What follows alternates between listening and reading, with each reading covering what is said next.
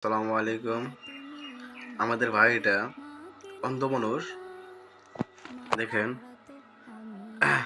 বক্কর ভাই, তুমি রোজা মাসের জন্য কিছু বলো। যাই হোক, আসসালামু আলাইকুম রহমতুল্লাহ বরকত। রমজান মাস পেয়ে খুব ভালো হয়েছে ইনশাল্লাহ। আল্লাহর রহমতের মাস, বরকতের মাস, মাগফিরাতের মাস, তোনোটাই চলে গেল। আর মাত্র আছে 10 দিন। এই রোজা চলে গেলে কারো ভাগ্যে আছে, কারো ভাগ্যে নাই।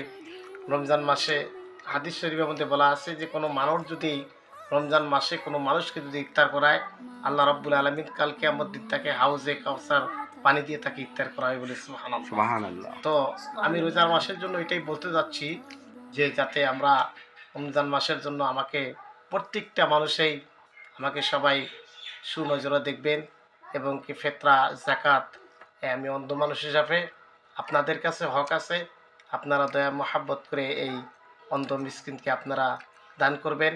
আর বেশি বেশি করে আপনারা রোজা রাখবেন এবং তারাবি পড়বেন এবং একে অপরকে মহাব্বত করবেন, এতিমকে ভালোবাসবেন। কারণ আল্লাহ রাব্বুল আলামিন বলছেন ফা আম্মাস সাইলা ফালা তানহার, কোনো সাহিল যদি যায় তোমরা সাহিলকে তোমরা কেউ কোনদিন ঘুরিয়ে দিও না। আরেকটা আয়াতের মধ্যে আল্লাহ পাক বলছেন ফা আম্মাল ইয়াতীমা ফালা তাকহার, তোমাদের বাড়িতে যদি কোনো এতিম যায় তোমরা এতিমকে কেউ তোমরা খালি হাতে ফিরিয়ে দিও না। আল্লাহ রাব্বুল আলামিন আর আল্লাহর নবী হাদিসের মধ্যে বলেছেন কোনো মানুষ যদি রোজার মাসে যদি কোনো মানুষ যদি গুনাহ মাফ করাতে যদি না পারে তার মতন হতভাগা কেউ নাই। আচ্ছা, আমরা অনেকে আমি একটা আরেকটা কথা কই, শেষ করে দেব। যেমন অনেকে আমরা বলি যে আজান দেওয়ার পরেও খাওয়া যায় না, এটা ভুল ধারণা। কারণ আজান দেওয়ার পরেও যদি কত কত মৌলানাগুলো হয়তো রাত থাকতে আজান দিয়ে দেয়, কিন্তু তা না, আজান দেওয়ার পরেও যদি দেখা যায় যে না সুবে সাদেক হয় নাই, অতক্ষণ পর্যন্ত খাওয়া জায়েজ আছে। তো ইনশাল্লাহ একটু বলে আমি বক্তব্য শেষ করলাম।